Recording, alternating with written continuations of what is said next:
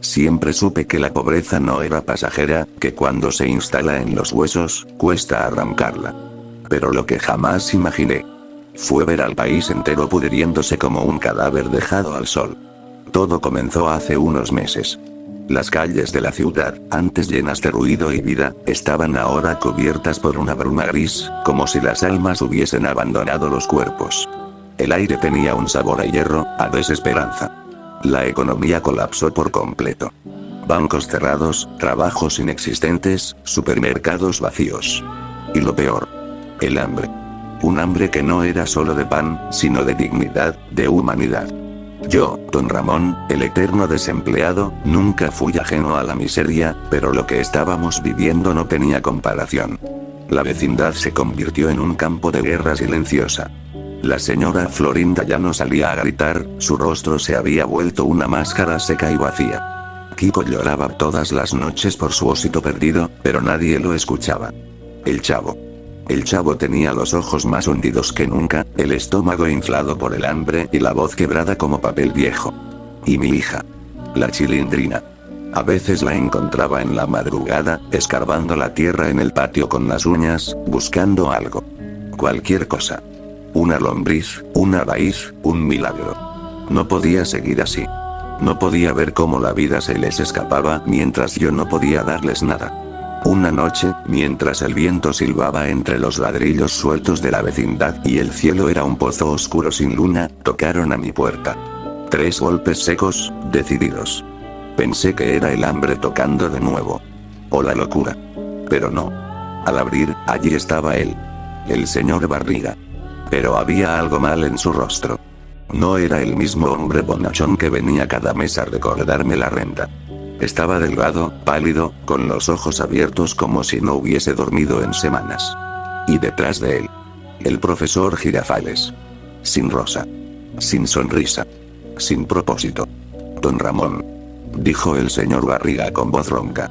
Necesitamos hablar contigo. Los hice pasar, sin muchas preguntas. Ellos tampoco ofrecieron muchas respuestas al principio. Se sentaron, miraron a su alrededor con una mezcla de compasión y repulsión. El silencio duró varios minutos, hasta que el profesor Girafales sacó de su abrigo un plano arrugado y lo extendió sobre la mesa. Era un banco. Uno de los pocos que aún conservaban reservas. Y que no habían sido saqueados por la desesperación. Vamos a robarlo, dijo el profesor, como quien dice voy a tomar un café. ¿Qué? Dije, entre atónito y horrorizado. ¿Están locos? Ya lo hemos planeado todo. Intervino el señor Barriga. Solo falta un tercer hombre. Alguien que no tenga nada que perder. Y ese eres tú, don Ramón. Remató Girafales. Los miré como si hubieran salido del mismo infierno. Yo. ¿Un ladrón? ¿Un asesino, acaso? Pero entonces escuché la tos de la Chilindrina desde su cama. Una tos seca. De esas que suenan como si el alma estuviera escapando por la garganta. Vi al chavo dormido en un rincón, acurrucado con los brazos sobre el estómago, soñando con un sándwich de jamón que nunca llegaría. Y fue ahí cuando entendí. No era por mí. Era por ellos. Estoy dentro. Dije, y mi voz no parecía mía. Durante los días siguientes, los 3 nos reuníamos en el departamento abandonado de la bruja del 71. Había velas, mapas, planos de seguridad. El banco estaba custodiado por pocos policías, mal pagados y peor armados. El plan era entrar durante la noche del viernes, usando máscaras y trajes negros. Girafales tenía contactos con un viejo cerrajero y Barriga había conseguido armas. No me preguntes cómo. Yo solo pensaba en no fallar. La noche anterior al golpe, no pude dormir. Soñé con fuego, con sangre. Soñé con la vecindad cubierta de cadáveres. Soñé que el chavo me miraba con los ojos en blanco, diciendo: ¿Tú también, don Ramón? Y desperté bañado en sudor, con las manos temblando. La vecindad estaba silenciosa, demasiado silenciosa. El aire parecía hecho de plomo. Caminé hasta la cama de la Chilindrina y la cubrí con una cobija raída. Le besé la frente. Voy a traerte un mundo mejor, hijita. Aunque tenga que arrancarlo con sangre. Caminé por última vez por el pasillo de la vecindad. La lámpara parpadeaba, lanzando sombras largas sobre las paredes desconchadas. Un gato muerto yacía en una esquina, con los ojos abiertos, como si hubiese visto algo demasiado terrible como para cerrar los párpados. Afuera, Girafales y Barriga me esperaban en un auto viejo y sin placas. «Es hora», dijo el profesor, mientras me entregaba una máscara de payaso. Y en ese momento, lo supe. Nada volvería a ser igual.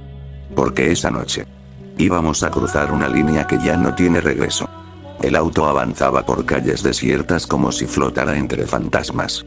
Las luces de la ciudad parpadeaban como si el sistema eléctrico estuviera al borde del colapso, y en cada esquina se respiraba miedo.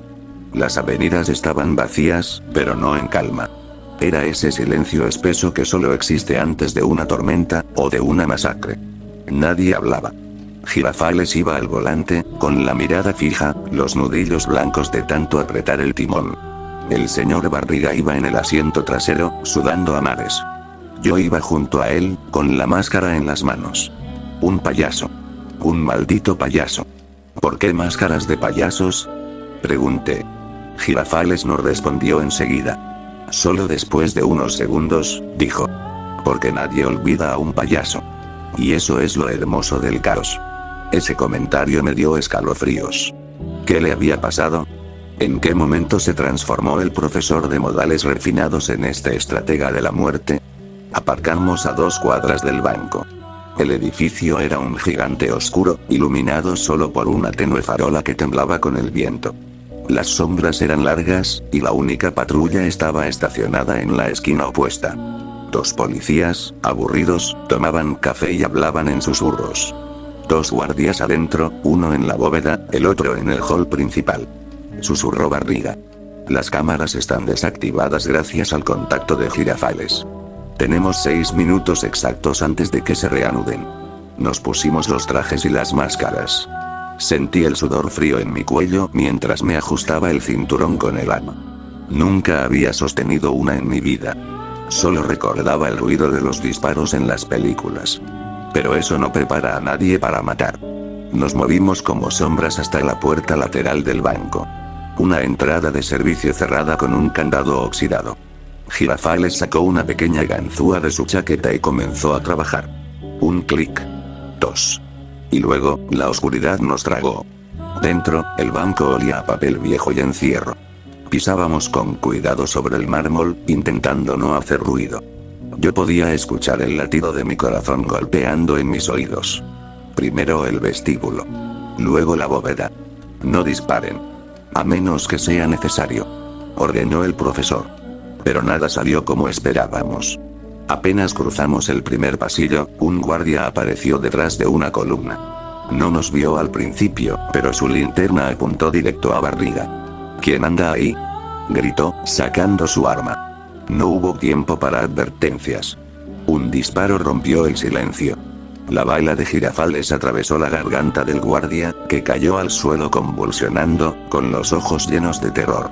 Su linterna rodó, proyectando haces de luz como una sirena moribunda. El sonido del disparo fue nuestra sentencia. Al fondo, gritos. Otro guardia. Alarmas. Plan B a la bóveda, ahora, gritó Barriga. Corrimos. Yo sentía las piernas de trapo, como si cada paso me hundiera en lodo. Llegamos a la puerta de la bóveda. Girafales sacó un pequeño explosivo casero y lo colocó con manos firmes. Atrás. La explosión fue pequeña, pero suficiente. La puerta cedió, y una nube de polvo nos envolvió. Ahí estaba. Dinero. Billetes apilados, como montañas de esperanza podrida. Pero no teníamos tiempo para celebraciones. Empiézalo a meter en las mochilas, dije mientras el corazón me latía a 1000 por hora. Y entonces, los civiles. No sabíamos que quedaba gente atrapada en la zona de cajas. 2 empleados y una señora mayor, todos escondidos detrás de un escritorio. No nos maten. Por favor. Yo dudé. Sentí algo quebrarse dentro de mí. Pero Girafales no dudó. 3 disparos. 3 cuerpos inertes. La sangre manchó las paredes blancas, las cortinas y el mármol. Los ojos de la anciana quedaron fijos en mí, aún abiertos, como si su alma hubiese quedado atrapada entre nosotros. ¿Por qué?, Alcancé a murmurar. No podíamos arriesgarnos. Ya estaban viendo demasiado. Dijo el profesor, sin rastro de emoción. Tenemos que salir ya. Gritó Barriga. Se escuchan patrullas. Tomamos las mochilas, cada una repleta de billetes. Corrimos por el pasillo trasero, pero el caos ya se había desatado. Al menos 4 patrullas rodeaban el edificio. Y de pronto, ráfagas de plomo.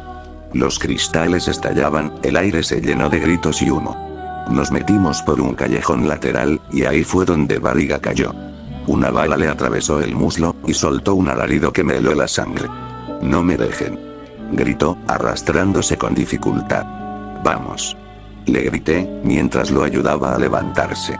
La sangre resbalaba por sus pantalones como tinta. Girafales sacó una granada que no sabía que llevaba. La arrojó al coche de policía más cercano. Una explosión de fuego y metal. Gritos. Un policía en llamas corriendo hasta desplomarse. Pude sentir el calor de la explosión en mi rostro. Me ardía la piel. El caos era total. Tomé a Barriga del hombro, y juntos corrimos cojeando hasta la camioneta que teníamos escondida a 2 calles. Girafales llegó poco después, cubierto de sangre, con los ojos inyectados. Conduzco yo. Gritó. Subimos. El motor rugió. Las ruedas chirriaron. Y el infierno quedó atrás. Pero no nuestras almas. Yo. Don Ramón. Acababa de convertirme en un asesino. El auto avanzaba entre la niebla, con el motor gimiendo como un animal herido. El aire estaba espeso, cargado de humo y muerte. Girafales conducía con una furia contenida, las manos cubiertas de sangre seca aferradas al volante. El señor Barriga iba en el asiento trasero, retorciéndose de dolor, su pantalón empapado en rojo. Yo iba en el asiento del copiloto, mudo, temblando, con la mochila de dinero aún abrazada contra el pecho. Nadie hablaba. No porque no quisiéramos, sino porque no sabíamos cómo procesar lo que acababa de pasar. Yo había matado. Habíamos matado. Y por más que intentara pensar en la Chilindrina, en el chavo, en la miseria que nos empujó a esto, no podía sacarme de la cabeza los ojos vacíos de la anciana, su rostro desplomado contra el mármol. Ni el grito del policía en llamas, corriendo con los brazos al aire como una antorcha viva. Sus alaridos todavía retumbaban en mi cabeza, como un eco maldito. Falta poco. Dijo Girafales de pronto, rompiendo el silencio. ¿Poco para qué? Pregunté, con la voz rota. Para el lugar seguro. Una cabaña fuera de la ciudad. Nadie nos encontrará allí. Estaremos bien. Por ahora. Barriga solo soltó un quejido. Después de unos minutos, el auto se desvió por un camino de tierra, rodeado de árboles marchitos. Parecían huesos retorcidos, apuntando al cielo como manos pidiendo ayuda. La oscuridad era total, salvo por las luces débiles de los faros. Llegamos a una cabaña desvencijada, de madera podrida y ventanas tapadas con trapos. Aquí es, dijo el profesor. Nos bajamos. Yo ayudé a Barriga a caminar. Estaba pálido, sudando frío, su respiración era un jadeo constante. Entramos a la cabaña. Olía a humedad, a encierro. Una vela en el centro daba la única luz. Había 2 catres, una mesa rota y latas de comida polvorienta. ¿Y ahora qué? Pregunté. Ahora. Esperamos. El profesor dejó la mochila en el suelo. Esperamos a que las cosas se calmen. Nos turnaremos para salir, poco a poco, con el dinero. Si lo movemos todo de golpe, llamará la atención. Me dejé caer en una esquina, sin fuerzas. Observé la mochila. Aquellos billetes que parecían gritar. No eran verdes. Eran rojos. Rojos como la sangre que habíamos derramado. Esa noche. No dormí. Soñé con la vecindad vacía. Con la Chilindrina flotando en el aire, colgada por los pies, con los ojos en blanco, repitiendo. Papá. ¿Qué hiciste, papá? Desperté gritando. El sudor me empapaba. Girafales estaba fumando junto a la ventana, mirando hacia la nada. Barriga dormía, o al menos eso creía, hasta que lo escuché murmurar en sueños. La renta. La renta. No me dispares. No me dejes morir. 3 días. Estuvimos encerrados 3 días en esa cabaña, comiendo enlatados y escuchando las noticias por una radio vieja. Habían confirmado las muertes. Se hablaba de una banda profesional, múltiples víctimas, búsqueda intensiva. Las autoridades ofrecían una recompensa enorme por cualquier pista. Había cámaras borrosas, testigos confusos, y un país entero al borde del colapso moral. La ciudad se llenó de más miseria. Saqueos. Más violencia. Más muertos. Y nosotros. Escondidos como ratas. El tercer día, Girafales decidió salir. Necesito ropa limpia, y ver si están investigando por esta zona. Estás loco. Si te ven. Le advertí. Soy un hombre con temple, don Ramón. Nadie sospecha del profesor culto y elegante. Salió al atardecer, dejando su mochila bajo llave. Regresó al anochecer, pero algo estaba mal. Sus manos temblaban. Llevaba un abrigo nuevo. Pero manchado. ¿Estás sangrando? Pregunté. No es mía. Respondió secamente. Barriga se despertó y también lo notó. ¿Qué hiciste? Girafales encendió un cigarro, y soltó una carcajada tan hueca, tan rota, que me heló la sangre. Una chica del mercado me reconoció. Dijo: usted es el maestro del niño cachetón. Así que tuve que callarla. Un golpe. Luego otro. Luego. Bueno, ya no gritaba. ¿Estás loco? Grité, poniéndome de pie. ¿Loco? No, don Ramón. Estoy despierto. Ustedes aún no. Nosotros no somos víctimas. Somos sobrevivientes. Y en este país podrido, sobrevivir exige sangre. Lo miré con asco. Barriga también. Pero no dijimos nada más. ¿Qué podíamos decirle a un hombre que ya había cruzado el umbral? Esa noche, las paredes de la cabaña parecían respirar. El viento silbaba como un lamento. Barriga deliraba por la fiebre. Yo intentaba no cerrar los ojos. Cada vez que lo hacía, veía los cadáveres.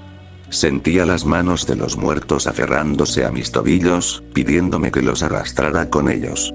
Pero al amanecer, lo peor llegó. Un auto negro se estacionó frente a la cabaña. No era de la policía. Nos encontraron. Grité, mirando por la ventana. Girafales ya tenía su arma en mano. Tranquilos. No son oficiales. Es nuestro contacto. El que va a ayudarnos a mover el dinero a otro país. ¿Otro país?, murmuró Barriga desde el catre. Sí. Nos vamos. A un lugar donde nadie nos conozca. Donde podamos vivir como reyes. Pero algo en el rostro de ese hombre que bajó del auto no me gustó. Tenía una cicatriz en la cara. Sonreía. Pero no con alegría, sino como un lobo hambriento. Y en ese momento, supe que aún no habíamos escapado de nada. El tipo de la cicatriz se llamaba Gustavo. Así, sin apellidos. Solo Gustavo. Su acento era raro, como si no fuera de ningún lugar. Traía lentes oscuros, botas pesadas y un maletín. Nos saludó como si ya nos conociera, como si supiera perfectamente lo que habíamos hecho. ¿Y cuánto valíamos ahora? Hermosa mañana, ¿no?, dijo al entrar, mientras su mirada recorría la cabaña como un buitre. Nadie respondió. Tranquilos. No vengo a juzgar. Vengo a hacer lo que la ley no hace. Cerrar tratos. Abrió el maletín. Dentro, pasaportes, documentos falsos, mapas de rutas. Incluso fotos nuestras manipuladas para parecer que vivíamos en Argentina, Canadá, Tailandia. Era perfecto. Demasiado perfecto. Ustedes no existen más, dijo, mirando a Girafales. Ahora son otras personas. Con otras vidas. Sin pasado. ¿Y el dinero?, preguntó el profesor. Lo moveremos esta noche. Necesito dividirlo en 3 maletas, quemar parte, y usar canales privados. Pero una cosa. Se detuvo, y por primera vez dejó de sonreír.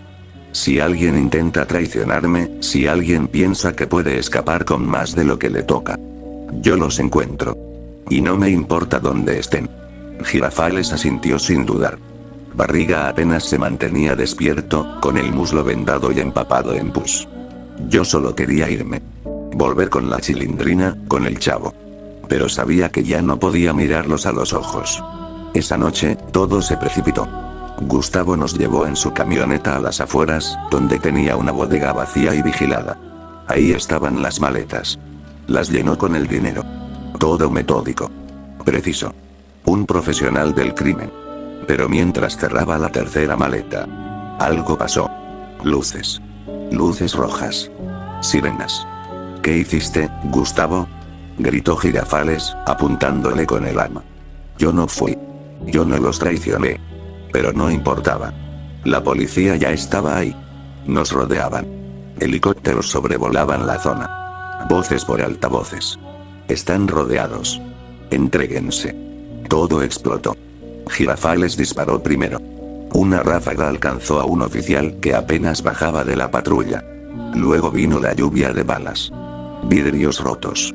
Gritos. Confusión. Intentamos huir por la parte trasera de la bodega. Barriga apenas podía moverse, lo arrastrábamos como podíamos. Gustavo cayó con un tiro en la cabeza, su cráneo estalló como una sandía contra el cemento. Una bala me rozó el costado. El dolor fue como fuego líquido. Caí al suelo, apretando la herida. Girafales me levantó a la fuerza, con los ojos llenos de furia. No puedes caer ahora, Ramón. No. Ya casi lo tenemos. El caos seguía. Policías caían. Nosotros también. Barriga recibió otro disparo en el hombro. Su grito fue desgarrador. Pero seguimos. Como animales heridos. Como ratas desesperadas. Y entonces, lo logramos. Cruzamos un muro derrumbado y llegamos al auto oculto entre arbustos. Las maletas con el dinero estaban allí. Nadie nos seguía. Nos largamos. Sangrando. Mutilados. Llenos de muerte. Pero con el botín asegurado. Pasaron los días. Con la ayuda de los documentos falsos, cruzamos la frontera. No preguntes cómo. Solo diré que Girafales conocía gente muy especial. En menos de 2 semanas, estábamos en Sudamérica, con nuevas identidades. Barriga apenas sobrevivió a las heridas, pero vivía. Yo me recuperé lentamente. El profesor, intacto como un demonio que no puede morir. Y el dinero. Casi 3 millones de pesos en efectivo, distribuidos en cuentas, escondites y propiedades nuevas. De la vecindad, no quedó nada. Nadie sospechaba de nosotros. Al principio. Creímos haberlo logrado. Teníamos casas nuevas, comida, ropa de lujo. Las noches ya no eran frías. El hambre desapareció. Pero la culpa no.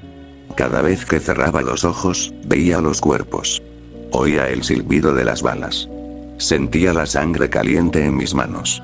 Y luego empezaron las cosas raras. Un día, vi a Gustavo parado frente a mi ventana. Sonriéndome. Con el cráneo abierto y sangrante. Parpadeé, y ya no estaba. Otro día, encontré un papel bajo mi almohada. Un mensaje escrito con sangre. Los muertos no se compran con dinero. Barriga, completamente paranoico, dormía con un cuchillo en la mano. Decía que escuchaba risas de payasos todas las noches. Y el profesor comenzó a hablar solo. A escribir fórmulas en las paredes. A decir que el dinero canta, y los muertos escuchan. Una noche, desapareció. Sin dejar rastro. Solo su máscara ensangrentada sobre la mesa. Yo. Regresé. Regresé a la vecindad. Destruida. Vacía. Abandonada como un cementerio. Solo unas figuras me esperaban en el patio. El Chavo y la Chilindrina. Pero no eran ellos. Sus rostros estaban pálidos. Los ojos, oscuros. El Chavo me miró. Y dijo. ¿Valió la pena, don Ramón? Yo. Solo quería ayudarlos. Balbuceé, con las lágrimas corriéndome por la cara. ¿Y ahora quién nos ayuda a nosotros? Susurró, antes de desvanecerse como humo, junto a la Chilindrina. Caí de rodillas. Abrí la última maleta con dinero. Estaba vacía. Solo un mensaje escrito en rojo. La renta se paga con el alma.